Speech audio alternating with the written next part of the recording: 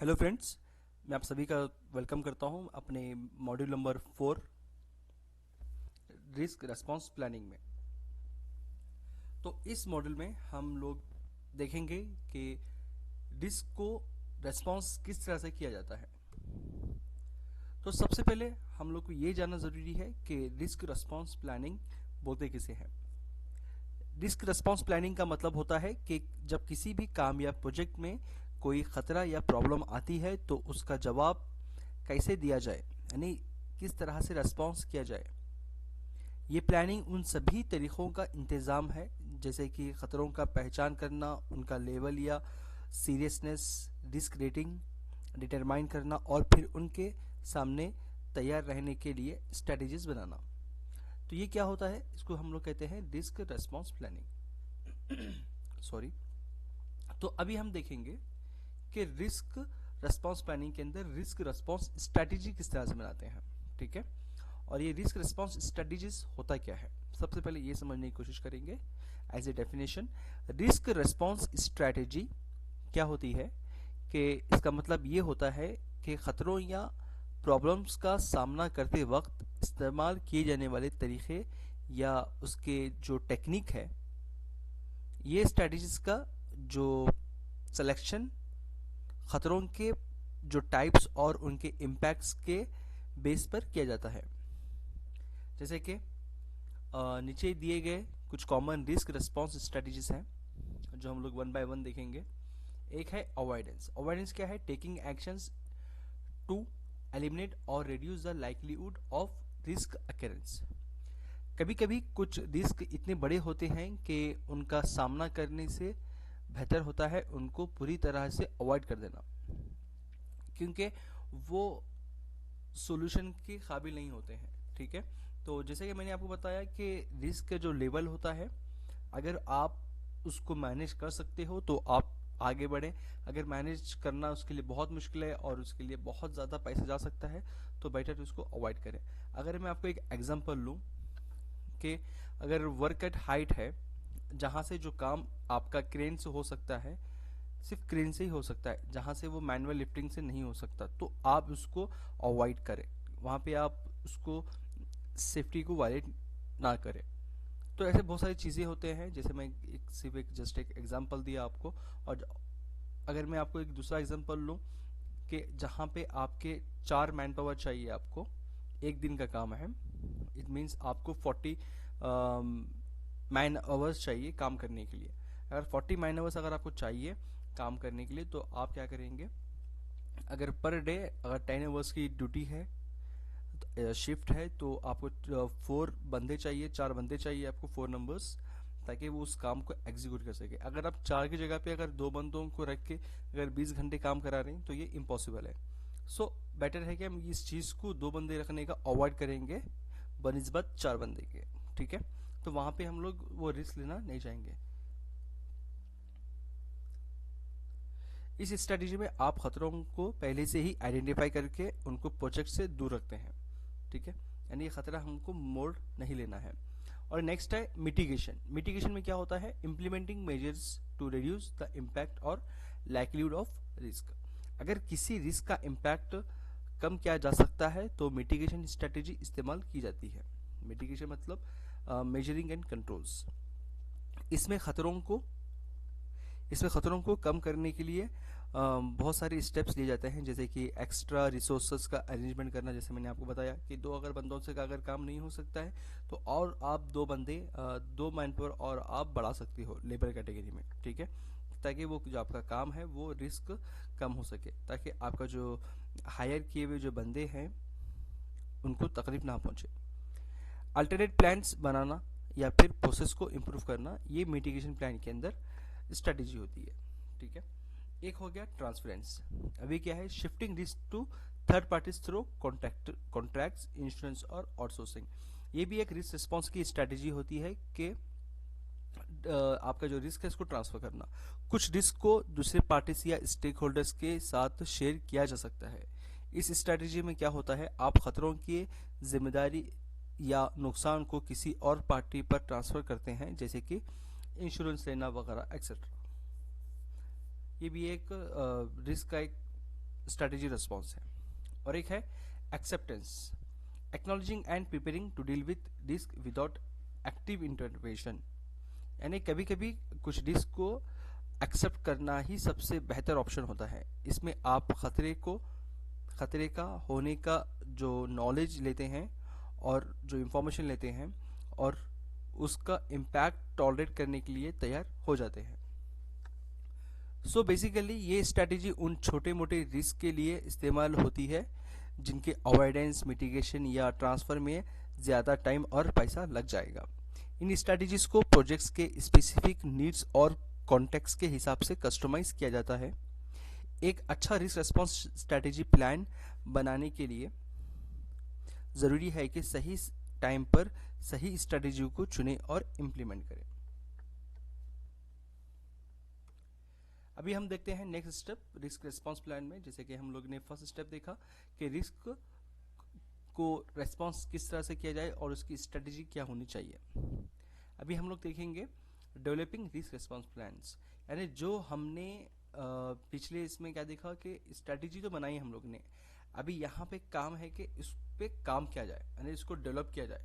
ठीक है, अब उसको डेवलप किस तरह से किया जाए यहाँ पे देखें। Actions plans for each identified risk.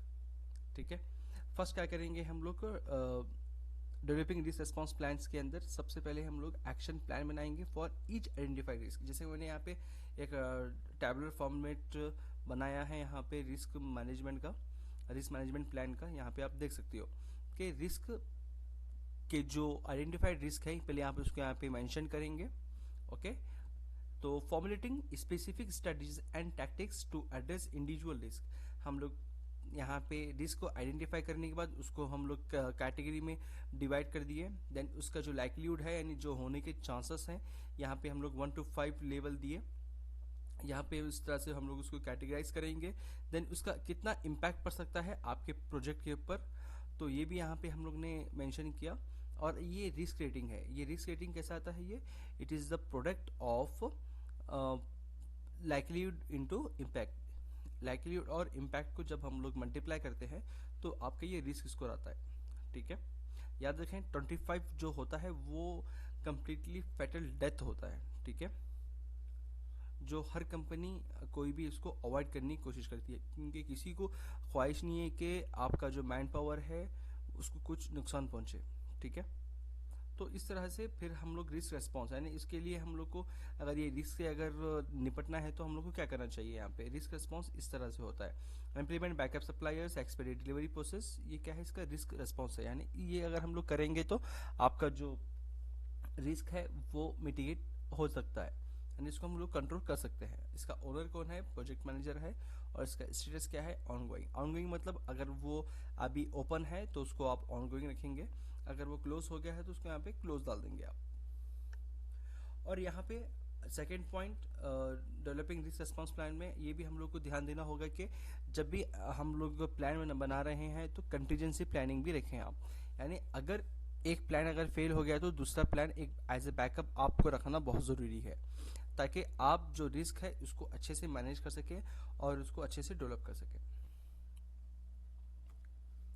Next हम लोग देखेंगे रिस्क रेस्पॉन्स इम्प्लीमेंटेशन, यानी जो हम लोग ने स्ट्रैटेजी बनाई थी और इसके बाद जो हम लोग ने उसको डेवलप किया रिस्क को, यहाँ पे एक in the form of table सारे हम लोग आइडेंटिफाइड रिस्क को यहाँ पे मेंशन किया और सारा इसके यहाँ पे डिटेल्स हम लोग ने डाली। अभी ये वक्त है रिस्क रेस्पॉन्स इम्प्लीमेंटेशन में कि आपने जो भी बनाया है रिस्क रेस्पॉन्स यहाँ पे इसको आप इम्प्लीमेंट करेंगे एग्जीक्यूशन फेज में। ठीक है, यहाँ पे देखें, यहाँ पे 3 चीज़ें हैं। यहाँ पे मेन 3 चीज़ें, ऐसे बहुत सारी चीज़ें हो सकते हैं। यहाँ पे मैंने जो मेन इंपॉर्टेंट्स है यहाँ पे 3 चीज़ें यहाँ पे मैंने मेंशन की है। Assigning responsibilities, okay, and allocating resources and monitoring progress. अभी हम लोग तीनों को एक 1 by 1 जानेंगे। यानी जो आपने रिस्क रेस्पॉन्स बनाया है, जो आपने टैबुलर फॉर्मेट बनाया है, रिस्क असेसमेंट प्लान बोले या आप रिस्क मैनेजमेंट प्लान बोले, वो जो आप बनाया है अभी ये वक्त है कि उसको इम्प्लीमेंट किया जाए। अब उसको किस तरह से इम्प्लीमेंट करेंगे, यानी बनाने का मकसद यही होता है कि उसको इम्प्लीमेंट करके जो आपके रिस्क जो आने वाले हैं फ्यूचर में, जो प्रोजेक्ट को जो नुकसान दे सकते हैं उसको हम लोग टैकल कर सकें।